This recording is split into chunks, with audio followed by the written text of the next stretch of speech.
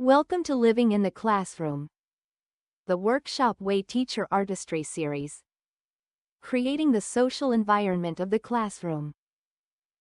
Early in her career, Sister Grace Pilon recognized that to successfully instruct her students, she needed to respect them as learners, but also as human beings. Teacher artistry is a way for teachers to act with patience in classrooms, whether they have patience or not. Content is used to establish a special relationship between the teacher and the students.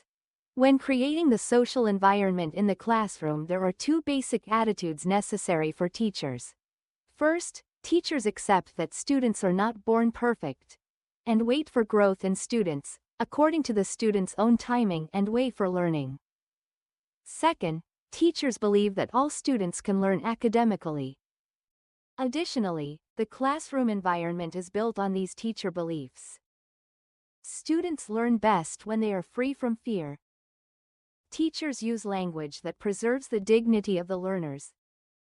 Teachers provide opportunities for all students to learn the language of the basic concepts of all subject matter.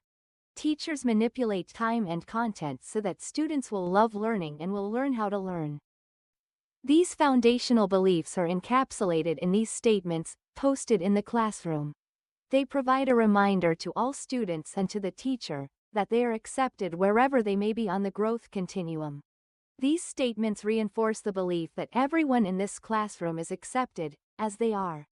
The climate and culture in this classroom enables students to continue to grow. Thank you. The following videos will demonstrate teacher artistry interactions that free students from fear of participating and create higher levels of student awareness and involvement.